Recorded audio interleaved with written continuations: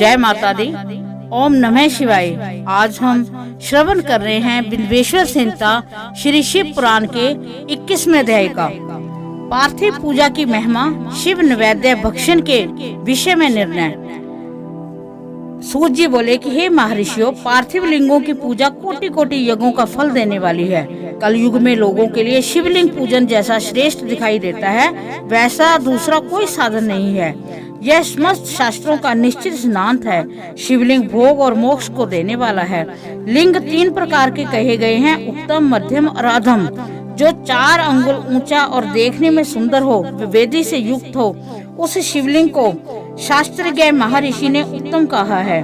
उसमें आधा मध्यम और उससे आधा अधम माना गया है। इस तरह 3 प्रकार के शिवलिंग कहे गए हैं, जो उत्तरोत्तर श्रेष्ठ है। ब्राह्मण है, क्षत्रिय, वैश्य, शूद्र अथवा विलोम शंकर कोई भी क्यों न हो, वह अपने अधिकार के अनुसार वैदिक अथवा तांत्रिक मंत्र से सदा आदर पूर्वक शिवलिंग की पूजा करें।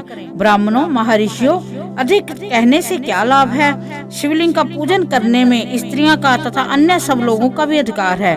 द्विजों के लिए वैदिक पद्धति से शिवलिंग की पूजा करना श्रेष्ठ है, परंतु अन्य लोगों के लिए वैदिक मार्ग से पूजा करने की सम्मति नहीं है।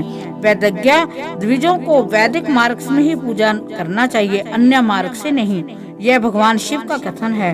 दधीची और गौतम आदि के शाप से जिनका चित्त दग्ध हो गया है, उन द्विजों को वैदिक कर्म में श्रद्धा नहीं होती। जो मनुष्य वेदों तथा स्मृतियों में कहे गए सत्कर्मों की अवहेलना करके दूसरे कर्मों को करने लगता है, उसका मनोरथ कभी सफल नहीं होता।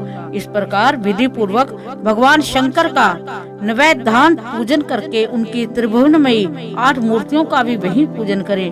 पृथ्वी, जल, अग्नि, वायु, आकाश, सूर्य, चंद्रमा तथा यजमान, ये भगवान शंकर की 8 मूर्तियां कही गई हैं। इन मूर्तियों के साथ शरव, भव, रुद्र, उग्र, भीम, ईश्वर, महादेव और पशुपति, इन नामों की भी अर्चना करें।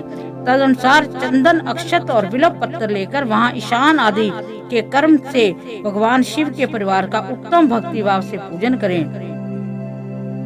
ईशान नंदी, चंड, महाकाल, भृंगी, वृष, स्कंद, कपदीश्वर, सोम तथा शुक्र, ये 10 शिव के परिवार हैं, जो क्रमश ईशान आदि 10 दिशाओं से पूजनीय हैं। तत्पश्चात भगवान शिव के समक्ष वीरभद्र का और पीछे कीर्ति मुख का पूजन करके विधि पूर्वक 11 रुद्रों की पूजा करें। इसके बाद पंचाक्षर मंत्र का जप करके शतरुद्रीय स्तोत्र का, नाना प्रकार की स्तुतियों का तथा शिव पंचांग का पाठ करें।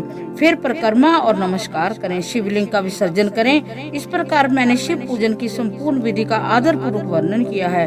रात्रि में देव कार्य को सदा उत्तराभिमुख होकर ही करना चाहिए। इस प्रकार शिव पूजन भी पवित्र भाव से सदा उत्तराभिमुख होकर ही करना उचित है। जहाँ शिवलिंग स्थापित हो, उसमें पूर्व दिशा का आश्रय लेकर नहीं बैठना चाहिए या नहीं खड़े होना चाहिए, क्योंकि वह दिशा भगवान शिव की आगे या सामने पड़ती है। शिवलिंग में उत्तर दिशा भी ना बैठे, क्योंकि उधर भगवान शंकर का वाम अंग है, जिसमें शक्ति स्वरूपा देवी उमा विराजमान है। पूजक को शिवलिंग में पश्चिम दिशा में भी नहीं बैठना चाहिए, क्योंकि आराध्या देव का पृष्ठभाग है।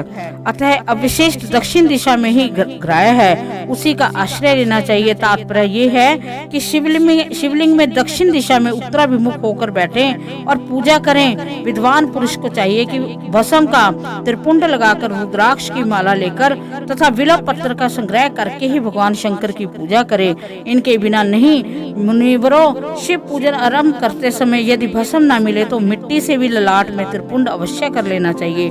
ऋषि बोले, मुने, हमने पहले से ये बात सुन रखी है कि भगवान शिव का नैवेद्य नहीं ग्रहण करना चाहिए। इस विषय में शास्त्र का क्या निर्णय है, ये बताइए। साथ ही बिल्व का महत्व भी प्रकट कीजिए। सूत जी ने कहा कि मुनियों, आप शिव संबंधी व्रत का पालन करने वाले हैं, अतः आप सबको शतशः धन्यवाद है। मैं प्रसन्नता पूर्वक सब कुछ बताता हूँ, आप सावधान होकर सुने। जो भगवान शिव का भक्त है, बाहर भीतर से पवित्र शुद्ध है, उत्तम व्रत का पालन करने वाला है तथा दृढ़ निश्चय से युक्त है, वह शिव नैवेद्य का अवश्य भक्षण करे।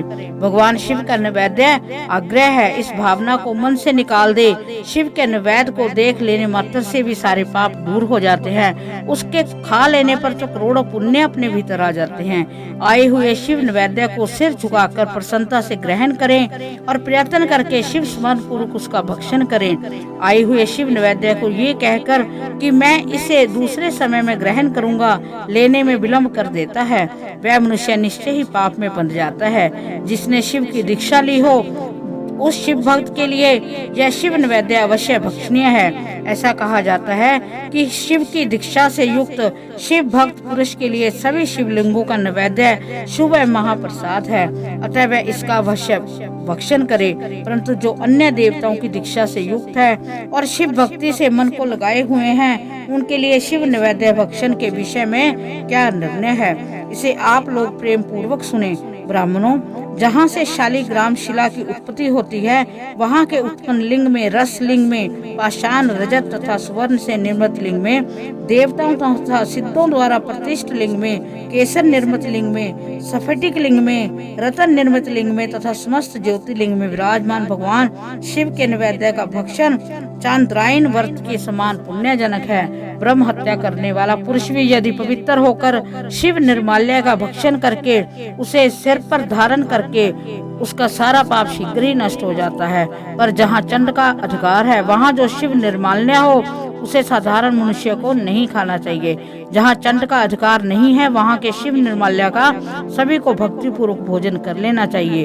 वान लिंग, लोल निर्मित लिंग, सिद्ध लिंग, उपासना से किसी ने सिद्धि प्राप्त की अथवा जो सिद्धों द्वारा स्थापित है, वे लिंग स्वयं भूलिंग, इन सब लिंगों में शिव की प्रतिमाओं मूर्तियों में चंड का अधिकार नहीं है। जो मनुष्य शिवलिंग को विधि पूर्वक स्नान कराकर उस स्नान को जल का 3 बार आचमन करता है, उसके कायिक, वाचक और मानसिक तीनों प्रकार के पाप यहाँ शीघ्र नष्ट हो जाते हैं। जो शिव नैवेद्य पत्र, पुष्प, फल और जल आग्रह है, ये सभी शालिग्राम शिला के स्पर्श से पवित्र ग्रहण के योग्य हो जाता है। मुनीश्वरों, शिवलिंग के ऊपर चढ़ा हुआ जो द्रव्य वह आग्रह है, जो वस्तु लिंग स्पर्श से रहित है, अर्थात जिस वस्तु को अलग रखकर शिव जी को निवेदित किया जाता है, लिंग के ऊपर चढ़ाया नहीं जाता, उसे अत्यंत पवित्र जानना चाहिए। मुनिवरों, इस प्रकार नैवेद्य के विषय में शास्त्र का निर्णय बताया गया है। इस प्रकार शिव पुराण के बिंदवेश्वर संहिता के 21वें अध्याय का समापन होता है।